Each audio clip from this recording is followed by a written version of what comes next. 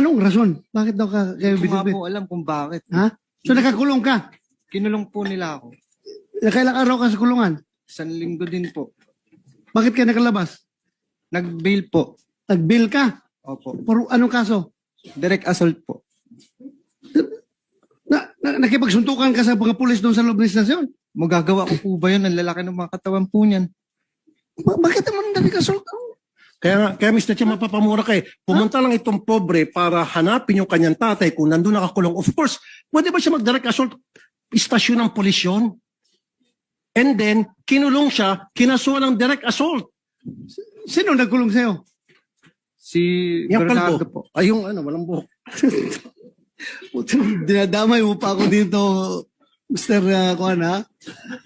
Bernardo.